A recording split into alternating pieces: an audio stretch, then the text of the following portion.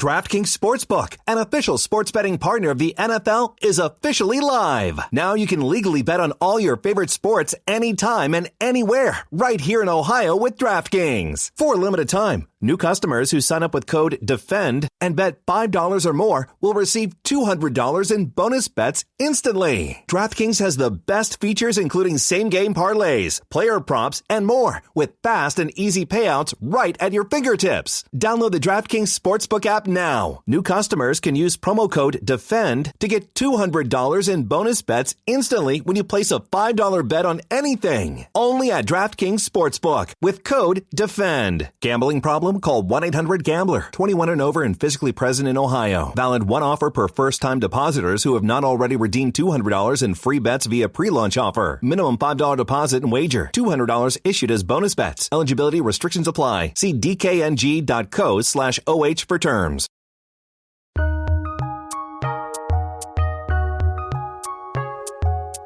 Welcome to the Fantasy NBA Today podcast.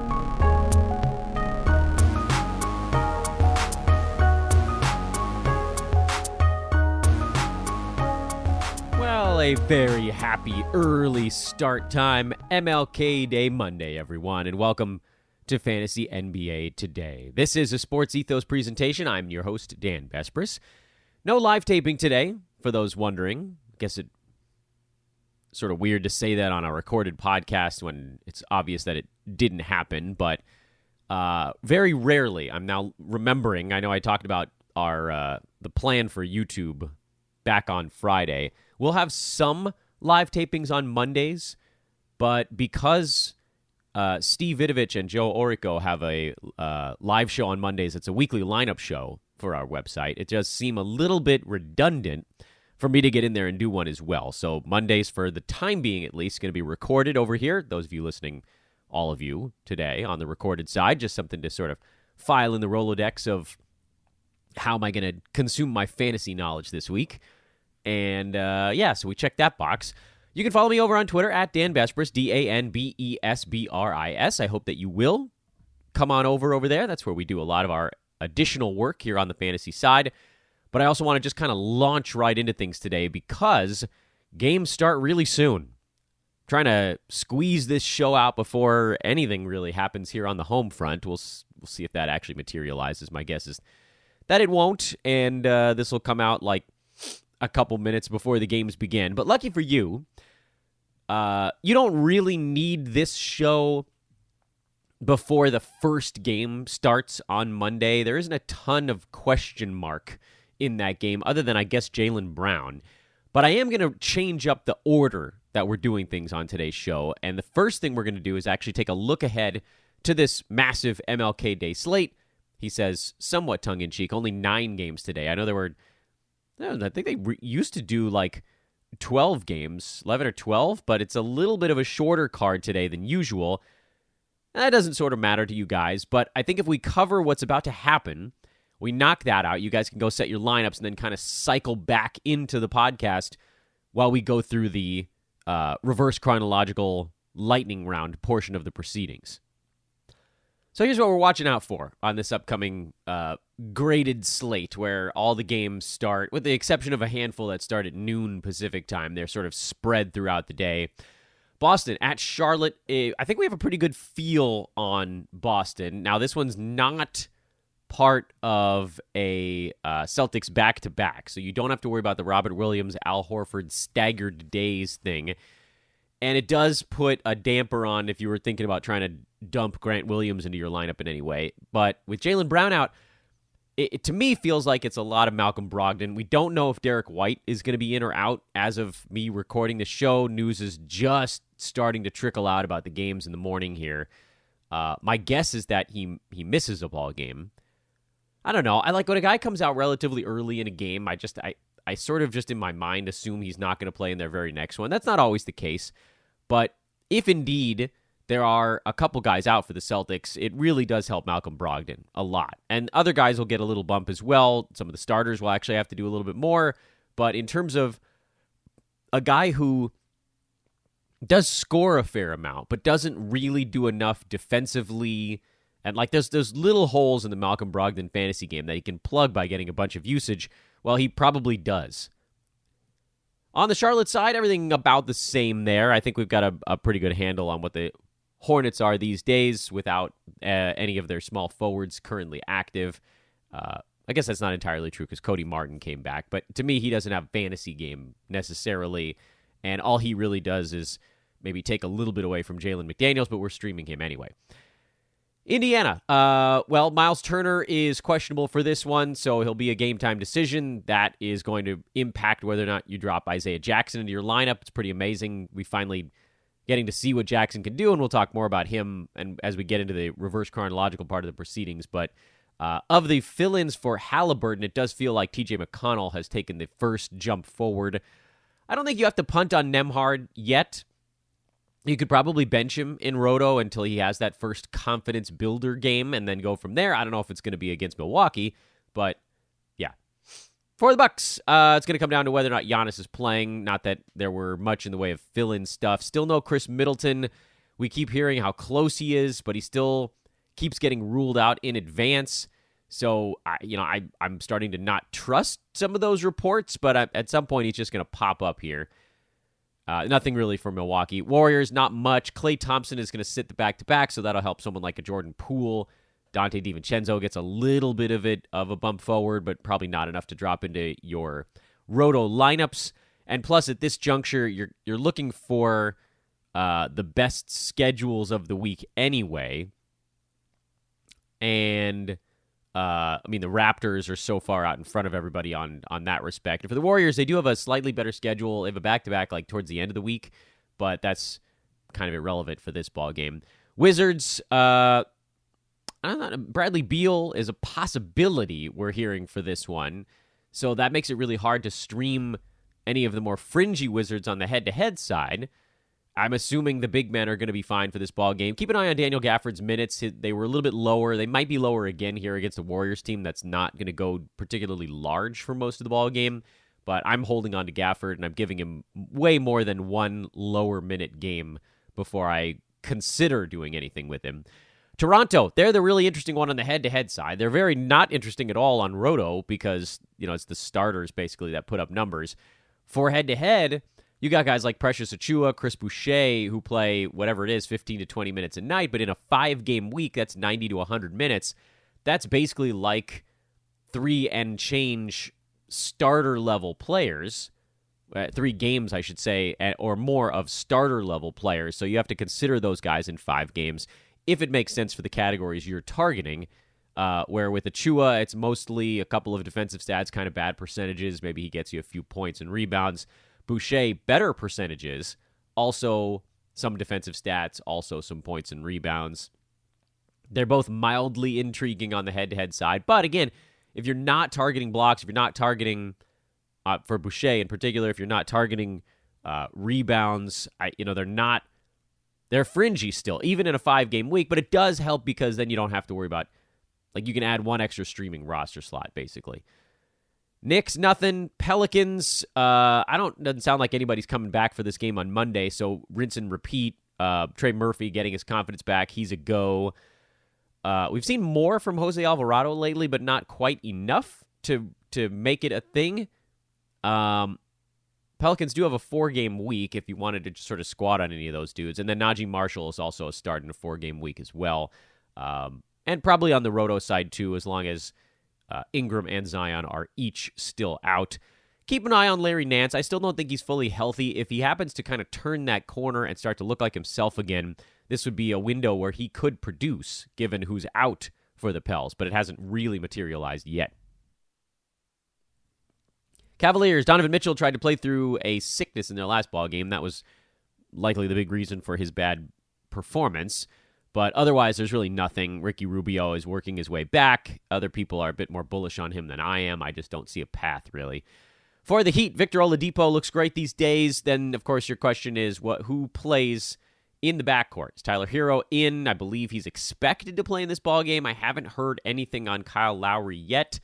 I'm going to assume he's out unless someone tells me otherwise. And if that's the case, give a look at Gabe Vincent. But if Hero really is back, that's where a lot of those shots end up going. I really feel like Vincent's an excellent backup point guard. There's a lot of teams that would be extremely fortunate to have a guy like that. So the Heat, very lucky to have him backing up Kyle Lowry. But he does need the Tyler Hero shots and the Kyle Lowry minutes kind of combined to do what he did over the weekend, which was some power boost games. Clint Capella expected back for the Atlanta Hawks in this one, so the Onyeka Okongwu experience might be coming to a close. There may be a little bit of a minute split while Clint works himself back into game shape, so perhaps you do get one more big Okongwu game, but just understand that when Capella's healthy, he's still very much the center for that team because they are vastly superior defensively when he's on the court. Friends, I am extremely excited to remind you guys to turn game day into payday when you bet with our pals at MyBookie.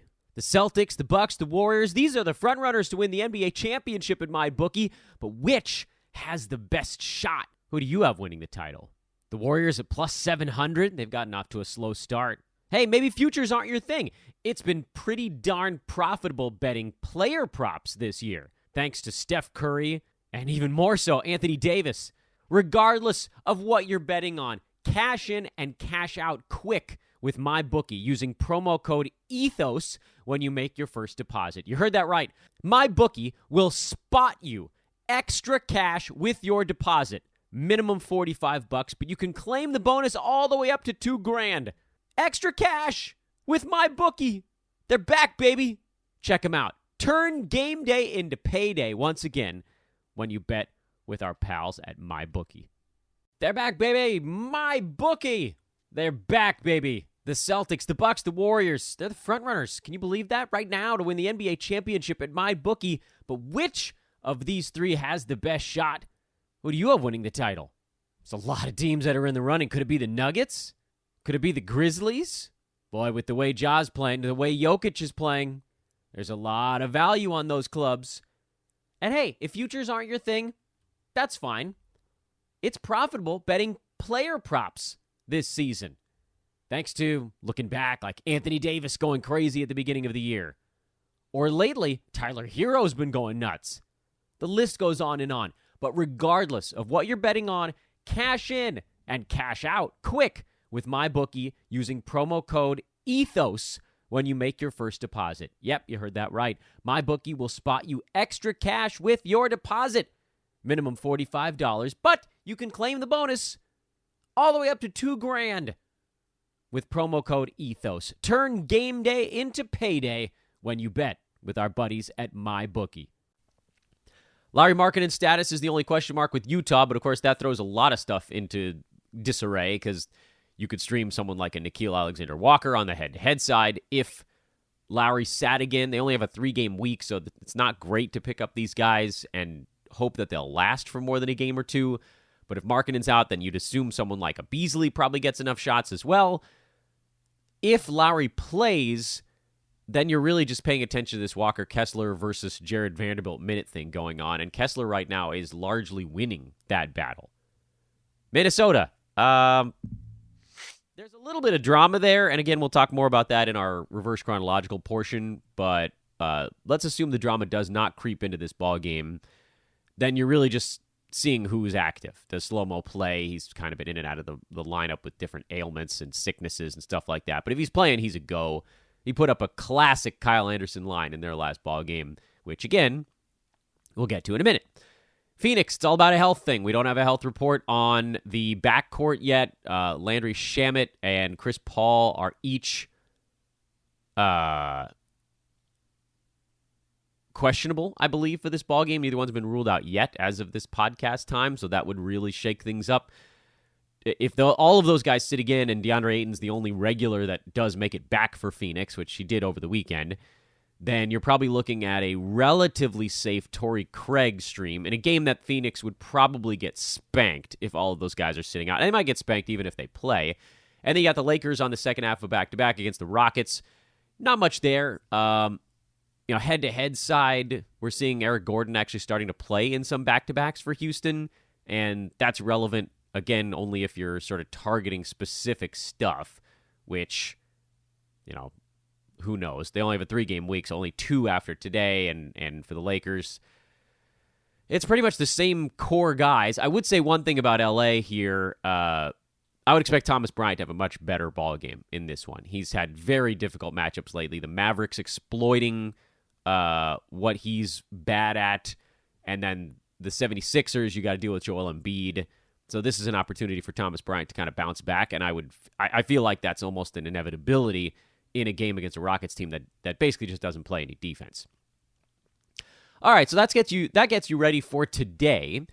As far as the week ahead, we already mentioned the Raptors as a critical team with a 5-game week. They're not the only one that has a good schedule. There are a couple of back-to-backs. I think the Bucks also go back-to-back today and tomorrow, so that's another good team if you wanted to kind of start your week with a little bit of a flourish that way. But it's interesting. Like this is a week where you could totally get screwed. The Magic and the Spurs only have 2 games. The Bulls and the Pistons only have 1 game apiece this week. So if you have those dudes on a head-to-head team, well, you're way up a creek, especially if your opponent has like Pascal Siakam, 5-game week. You know, the other thing about the Raptors and a reason to look at someone like a Precious Achiuwa or a Chris Boucher is that it would kind of surprise me if all of their starters played in all 5 ball games. Those guys get dinged up often. Especially like a Freddie VanVleet. But yeah, I mean, we can talk a little bit more about that on the social media side as well. But that's, I think, the main point with some of the scheduling stuff. All right, let's go back to yesterday. Let's talk about Sunday. We'll start at night and we'll work our way forward. Philly beat LA. Lakers, man. They played really well again, shot 55%. Couldn't slow down Embiid or Harden, which that'll happen if you get Harden on a good shooting game. Philly becomes very hard to beat. And then for the Lakers, they had a shot again. A last-second shot again. Might have gotten fouled on the last-second shot again. But from a fantasy standpoint, the only thing that jumped out in this ball game was the Thomas Bryant stuff on the Lakers side. The Anthony Melton story is a really weird one because he did get the start, even though we kind of knew Tyrese Maxey was going to play more minutes off the bench, but Melton just didn't have a good ball game, and so he never got back in there near the end. I'm still holding there. As I've been saying, I really do think he needs a few games to kind of figure out what he is and where he belongs with this team right now, and especially if they keep moving him around. I don't know that I like him in the starting unit with Maxey coming off the bench right now, because that means that Melton, who had a usage of 6 yesterday, if you're playing alongside Harden and Embiid, you don't get to do a whole lot. That takes a lot of the sting out of DeAnthony. I'd rather him come off the bench and play 25 minutes where he's kind of running things, but that's perhaps what they want Maxey doing instead, and they prefer Melton for his defensive prowess in that first unit. So keep an eye on this thing. If this is the way it stays, Melton may end up actually being a drop. My assumption was that he'd be a bench player with higher usage, and that's where I would then hold on to him. And then on the Lakers side with Thomas Bryant, just some bad matchups lately, so don't worry about that. Portland blew out Dallas. No Luka on the Dallas side, and pretty much anytime they rest Luka, they get blown out. Nothing to take away from this ball game. I mean, flat nothing. You cannot grade out Dallas without Luka, and Portland's the same thing every dang ball game until something changes there. I see no reason to adjust any of our expectations. Denver beat Orlando on a Nikola Jokic buzzer-beating three-pointer. It's another. Denver sometimes just kind of doesn't take a team seriously. Bol had 17 and 6, but he only played 18 minutes again, and that's the bigger issue there. He had big usage in his 18 minutes, and that's great, but in my estimation, he needs like medium-sized to high usage and more like 22 to 24 minutes to actually post that sustained fantasy value. In 18 minutes, he's basically Chris Boucher. Effectively, because he'll go out there, he'll chuck a little bit, he'll get you some defensive stats on good percentages, but there needs to be just a little bit more activity, a little bit more time to get stuff done. If you're sitting on him, especially on the head-to-head side, after this performance, you probably buy yourself another game. On the roto side, well, you know, the impending return of Jonathan Isaac further complicates matters. I don't think this is enough time. I'm okay if you wanted to wait another game, because he did. Like, if he comes in there and he has a 32 usage every game off the bench, then maybe it does only take 20 minutes instead of 18. And that's something that we should at least give the opportunity to. For Denver, Bones Highland turned an ankle in this one, but it sort of doesn't matter because they're a team of starters. I guess the Bones thing does help Bruce Brown. If there's less competition off the bench, 4 bench minutes, and Bruce continues to stay just above the cut line. KCP still above the cut line. Let's move on.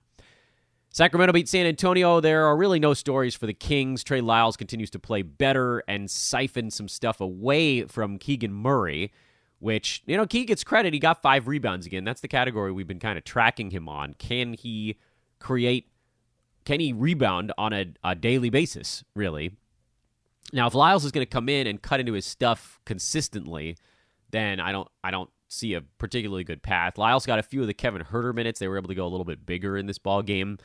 I wouldn't worry too much about Huerter. He is who he is. It's, we got off to that hot start. He cooled off. He's kind of leveled these days. And Harrison Barnes is on one of his little mini heaters. Don't read too much into that either. There are no real valuation changes until we see Murray rebound consistently and get the percentages up consistently. There's kind of nothing to do with Sacramento. On the Spurs side, it was, again, Josh Richardson kind of nuzzling up against fantasy value. Had a good ball game here, but can we consistently trust him coming off the bench when his minutes aren't guaranteed? And my answer is no. So I'd start Jakob Poeltl, Trey Jones, and Keldon Johnson, who had one of his bad shooting games again. Boy. Jeremy Sohan was a little bit better, but you're not starting him, and you're definitely not doing anything with Romeo Langford, who's been flat out terrible. And we can, again, just kind of move on. Oklahoma City, bad game for Jalen Williams. First bad one for him in a while. He still got his 35 minutes. He went 0 for 9 shooting. It's going to happen to young players. I wouldn't worry about it too much. Josh Giddey's been pretty consistently better lately. He seems to have turned a corner. That's a big deal because he was outside startable level in fantasy. He's in it now. Even when Shea's in there, he's kind of turned that corner. Meanwhile, Oklahoma City is surprising a lot of people. Brooklyn, not surprisingly, not that great without Kevin Durant. They're kind of a middling team, if that. Royce O'Neal, he has made that leap forward that we figured he would with no KD, just more rebounds, more assists, more defensive stats. He's more involved. Kyrie had a bad shooting game, and Brooklyn's pretty much doomed if he's not good on a given night. But then the real key here is what we thought was happening with all of the KD replacement level players is happening with those guys, which is that TJ Warren had a better scoring game the first time. He didn't do anything here. Joe Harris had a good game the first time around. He didn't really do anything here. Seth Curry was quiet the first game without KD. He had a much better game here, and those guys are going to just keep revolving, which is why I don't think any of the three of them is trustworthy on the games cap side. If you wanted to use them for back-to-backs and stuff like that, I don't even know if Harris and Curry are playing in the back-to-backs. I don't know if Warren's playing in the back-to-back. If one of them happens to be, and they have one Thursday, Friday this week, that's maybe where you could dump them in. But otherwise, those guys, they're not over the hump for me. Chicago, huge game out of Nikola Vucevic. And, this is kind of like the, oh, yeah, we remember you game. And obviously it happens with DeMar DeRozan out, Vooch and Levine each getting a colossal usage boost. Vooch took 31 shots in this game, but who can blame him? He shot 58% from the field. He had 4 steals. He was just doing it all. He is now number 10 by totals on the year. Amazing. 22 per game. So he's throttling his ADP both on the per game and the total side. And quietly, Vooch has been one of the better fantasy picks this year. What did I get wrong in this one? Well, I thought Patrick Williams would be better filling in for DeMar DeRozan, and he's been sort of meh in 2 games and a little bit better in 1, and that's not as good as I thought he would be. Bulls also have just a 1-game week, so on the head-to-head side, none of these fringe guys matter. Vooch and Levine are the only Bulls you can hang on to through a 1-game week. And DeMar, obviously, but he's likely on your IL. I think they're expecting DeRozan back for their game on Thursday, which would put him out for about a week since his little quad strain. The sad part is Alex Caruso was putting up fantastic fantasy numbers with one of the high-usage guys down, and it's just something we just probably need to file into the we remember. Because if Levine ever goes down or DeRozan ever goes down again, then you just spring on Caruso, but I don't see how you can hang on to him through, on the head-to-head side at least, I don't know how you can hang on to him through 3 days off just to perhaps find out that DeMar is back and you can't start him anyway. And it's probably a similar thing on the Roto side. If you have a roster slot to just burn on him until Thursday, that's fine. But there's a very real chance that DeMar returns, and then, again, you've had this sort of dead weight for 4 days on your team when maybe there was a pickup out there that you wanted but you couldn't get. And let me talk you out of a few of the pickups on the Clippers side. Terrence Mann had a huge ball game, but supposedly Paul George is getting close, and I just don't see how Mann has enough usage when George is in there because his other stuff is not that consistent. His three-pointers are okay. His rebounds, his assists are both okay. It does help that John Wall is out, and Reggie Jackson has been fully doghoused by this team. So Mann's minutes, I think, should be relatively safe these days.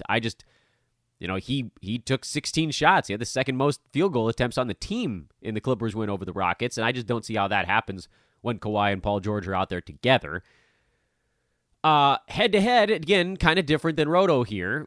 Clippers have a 4-game week. Terrence Mann would be a totally fine 4-game play starting tomorrow. They go 4 times Tuesday through Sunday, but Roto side, I don't think I have the stones to do it. Same story with Rob Covington. Like, he's getting in the mix now, and we know he can put up numbers really fast, but Roto, would I trust it? Maybe if we find out Paul George is still out tomorrow. Maybe PG plays on the second half of the back-to-back and then the rest of the week after that. It also knocks Norman Powell out of the mix. He's someone that I am playing in all formats while Paul George is out.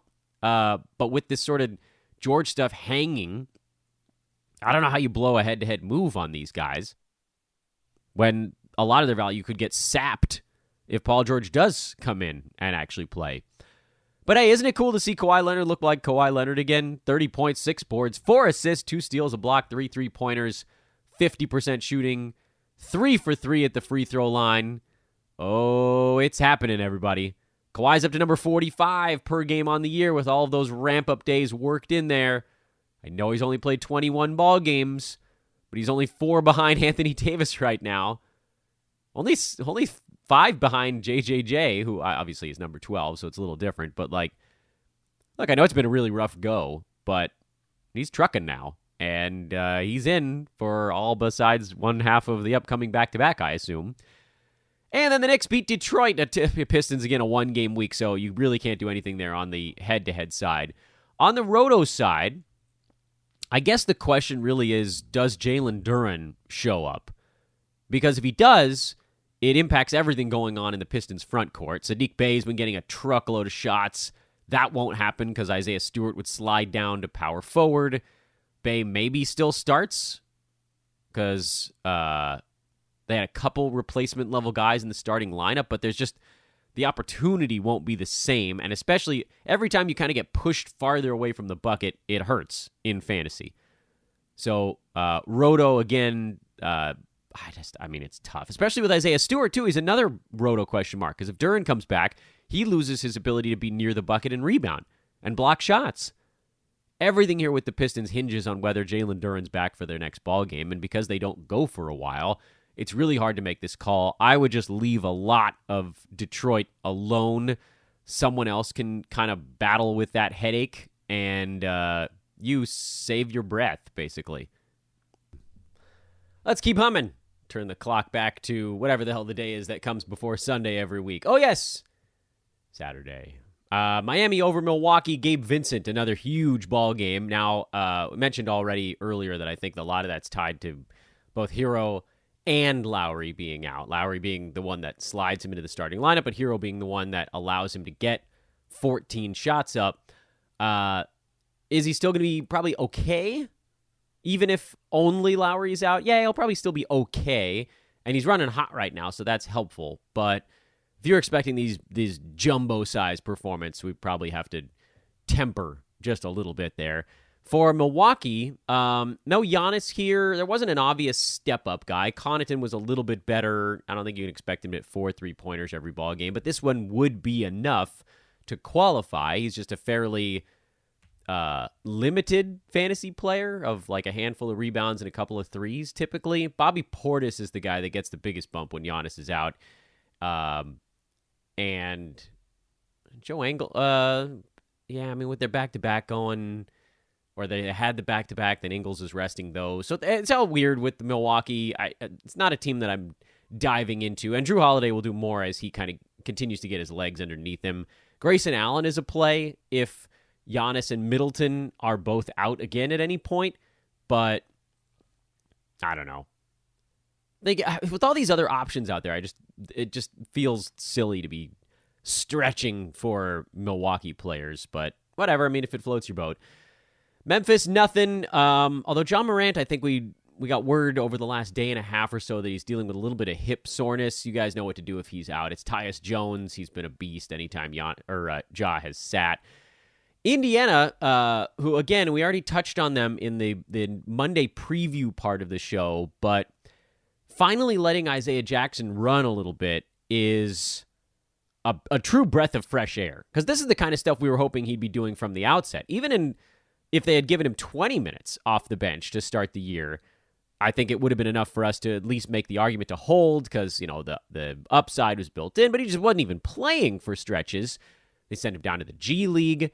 Miles Turner's been out with back spasms. Sounds like they're pretty bad. He was listed as day-to-day and not hour-to-hour was the Carlisle quote. So he could be back at any point. But as long as Miles is out and as long as they're letting Jackson get these starts, then he's a start. I mean, his shot blocking upside is insane. You've seen it here. He has 11 blocks in his last 2 ball games. TJ McConnell racking up point guard level stats in his reserve role. That's more than enough for me. Andrew Nembhard is the question mark because the assists are there. He's running the point with the first unit, but it does seem like he's getting kind of smacked around by NBA starting fives at the moment as, again, more of a primary. I do think you have to hold. I mean, this is a game where they got pretty well spanked by the Grizzlies. Buddy Hield was also bad. Aaron Nesmith came back, and he was also terrible. So it's not usually going to be this raunchy for them. And then Chris Duarte came off the bench, and he kind of got hot and then rolled into garbage time and so on and so forth. But the main takeaways here are Nembhard, we got to give him a little bit longer because Halliburton sounds like he's going to be out for a little bit. I think more than the 2 weeks that they're expecting. McConnell is an easy one. He's the easy call. Nembhard is the tough call. Would I start him in a Roto Games Cap? I would not right now. I need to see him look better before I drop him into a Games Cap lineup. But on the head-to-head side, I do think at some point here you're going to catch that lightning in a bottle game that'll average out with these a little bit more mediocre ones. And that's why Nembhard still makes sense on the head-to-head side. And then Aaron Nesmith, if he's getting 13 shots, then he's a start on head-to-head also. And he's probably a start in Roto, believe it or not, as long as he's going to play starters level power forward minutes. So there's a lot going on with this Indiana team right now where, again, sometimes it's about the minutes, but a lot of times it's about the usage. TJ McConnell got both. Isaiah Jackson's getting both. Nembhard was already playing a bunch. So was Nesmith. So for those guys, it's about more touches. Nembhard running the offense, getting assists. For Anis, it's about getting an extra couple of shots per ball game. That's where you have to look at where the value bump comes from. And that's how that all kind of adds together. We talked plenty of Boston, actually, in the preview section of this show, and you can see why here. Malcolm Brogdon had 30. Derek White is actually in. We just got word while recording the podcast that Derek White is available for Boston's very early game on Monday. So that takes a little bit of the sock out of Brogdon, but both of those guys, in my estimation, are really good starts now with Jaylen Brown out. So that's an intriguing little footnote. Nothing really on the Charlotte side. Again, we're kind of seeing Cody Martin getting a few more minutes, but it's really not changing much besides impacting Jalen McDaniels in the negative direction. I'm going to continue to hold McDaniels. This is a bad game against a good team. Terry Rozier, decent again. Are we finally getting there, guys? He's up to 133 per game. We need to keep trending in the right direction, but up to 41% from the field. It's really the steals now are the biggest thing holding him down, but he's been notably better lately. And then nothing else really here. Dennis Smith Jr. you can drop. I don't know if he might not even be a steals specialist with 17 minutes per ball game, but Anyway, you catch the drift. Trae Young actually starting to get a little bit better. His efficiency's been improved the last month or so, kind of quietly. It wasn't like there was this big explosion series of games, just like a little bit better every day. Clint Capella coming back. That'll be good for Atlanta overall. They've actually won a couple games in a row here. And a road win in Toronto is not a clunky thing.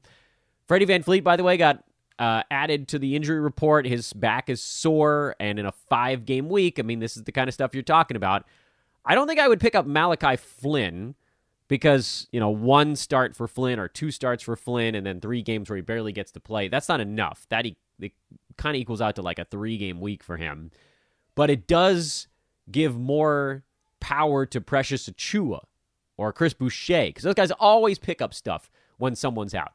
Yes, Flynn probably goes from, 19 minutes or from like 14 minutes to 20-something. But if he takes 12 or even 15, hell, let's just make it a big number so we can do, like the math works against us in this one. Let's say he takes 18 of Freddie VanVleet's minutes. That still leaves like 17 more. And those probably go to Precious and a couple to Boucher, and the shots and all that stuff that goes to those guys as well. So again, now this is why we talked in a 5-game week. Achiuwa, who got to play more in this ball game because Siakam was in foul trouble and then ultimately fouled out, and Gary Trent Jr. wasn't very good, so they went to kind of a different look Toronto did lineup. But if you're getting like, I don't know that Achiuwa would necessarily be the starter if VanVleet was out. It might be Flynn, but they might actually go Achiuwa and just play long and let Scotty Barnes kind of run point with that first unit, or a little bit of Anunoby run a little bit of point. Gary Trent could run a tiny bit. Like, it doesn't have to be a 1-to-1 point guard thing for Toronto. And if that's the case where then Achiuwa's starting, then you're adding 12, 20, 30, whatever it is, minutes over the course of the week to someone who is going to get 5 games of like 18 to 20 minutes, turn 2 of those into 25 to 30 minutes, and now you're talking about basically like a 4-game week out of him when you're thinking about like 4 starters level type of minutes. So that's all the stuff you have to roll into. Now, from the Roto side, I don't want anything to do with any of it. It's all head-to-head chat right there because Toronto's a super interesting team this week at the 5-gamer. We talked about Cleveland. There's really nothing going on there. I've explained to you guys before why I don't think Ricky Rubio kind of makes the cut. I don't think there's enough. Even as he gets ramped up, I don't think there's enough. Minnesota, Rudy Gobert is questionable. We still don't have a report on whether he's playing today.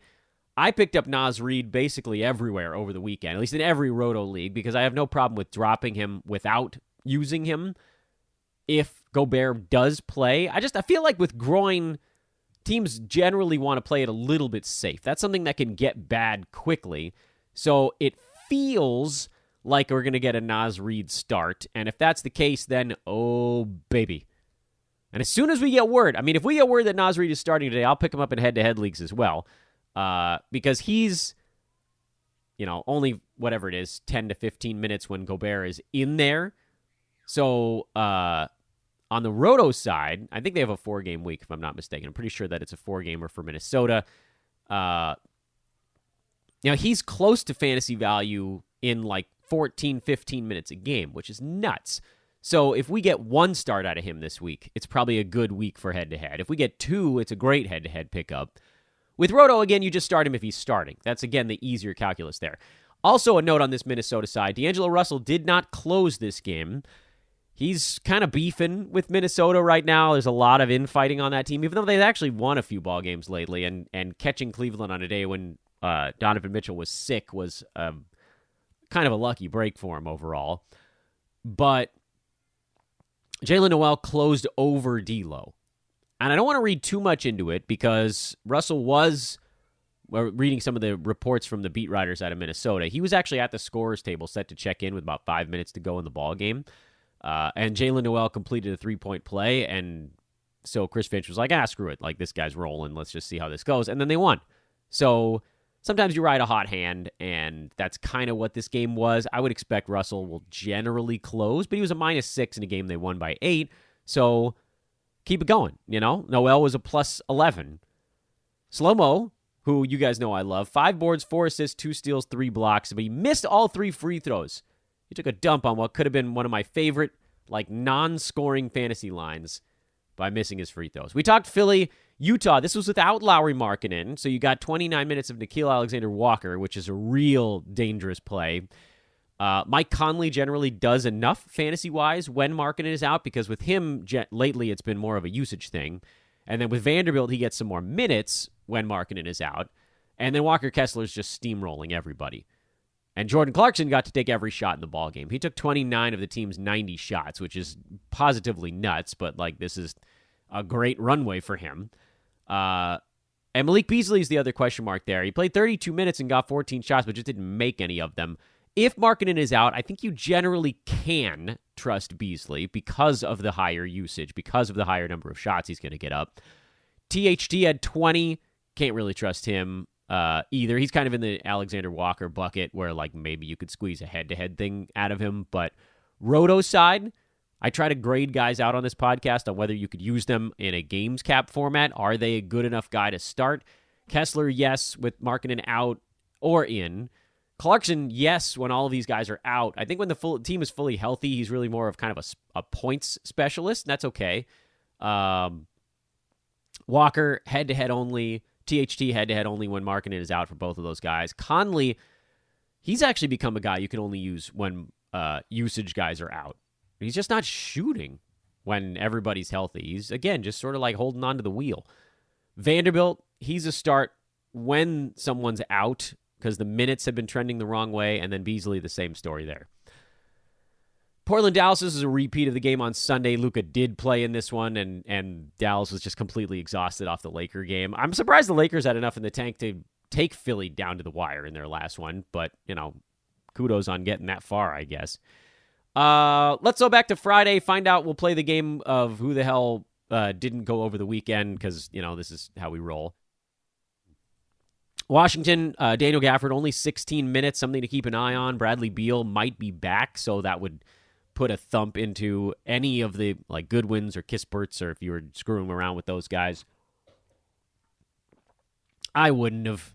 But with Gafford, I'd like to see some more playing time. I'm hoping that he gets it in the next one. There wasn't foul trouble going on or anything here. It's just they went a different way for whatever reason, and didn't really work either way there. New Orleans didn't go over the weekend. They Trey Murphy, like we said, more confident now. Najee Marshall, plenty to do. Herb Jones is questionable. If he comes back, that could throw a little bit of a wrench into the Marshall, Trey Murphy stuff, but also maybe it doesn't. And then Larry Nance, like we're saying, he's close, but he just doesn't quite look right yet. And plus, JV was having a huge ball game here, and he's rolling while Zion and Ingram are out. Maybe Brandon Ingram will ever play a ball game again. I don't know. I don't know if there will be time. Sorry, doing a little old school bit here. Who else didn't go? I think Phoenix didn't go over the weekend. Torrey Craig was a good fill-in there. Damian Lee had another good fill-in game, but we don't have to wait and see if Chris Paul or Landry Shamet is in, because Shamet would take a lot of the shots away from Damian Lee and probably a few away from Dwayne Washington. Chris Paul would obviously take everything away from Washington. It's a hard one. Craig is the guy that probably wouldn't get pushed out of the starting lineup, but also he's a tough one to roll out there. You're targeting rebounds, steals, basically. It's just not a lot of upside there, but I think you guys get where I'm at with Phoenix. You're really just waiting for an injury report at this point. And then I think that might have been it. Yeah. Okay. That's it. We got them all. Good for us. That's your reverse chronological lightning round. And we packed into 40 minutes. Good for us. This show will come out before the first game starts on Monday morning. I feel really good about what I've done here today. Thank you all for listening, everybody. We'll take it over to social. I'll be around a bunch in the afternoon, Pacific time on Twitter. In the morning, I will be missing because, holiday stuff and childcare stuff and things of that nature. But as always, thank you once again. I am at Dan Vespers on Twitter. This is Fantasy NBA Today, a Sports Ethos presentation. You guys know the drill at this point. And hey, go check out our YouTube page. it's really growing fast. I know I didn't do a show today, but there was one over there. Steve and Joe had a show, and Eric had one yesterday. And effectively, that meant that we've had a YouTube show every day in the last week except Saturday. So that's pretty damn cool. Just a little new wrinkle here at Sports Ethos. All right, we're gone for good this time. Let's get this show out before the games begin. Enjoy the MLK Day slate, and I'll talk to you guys tomorrow morning. So long, everybody.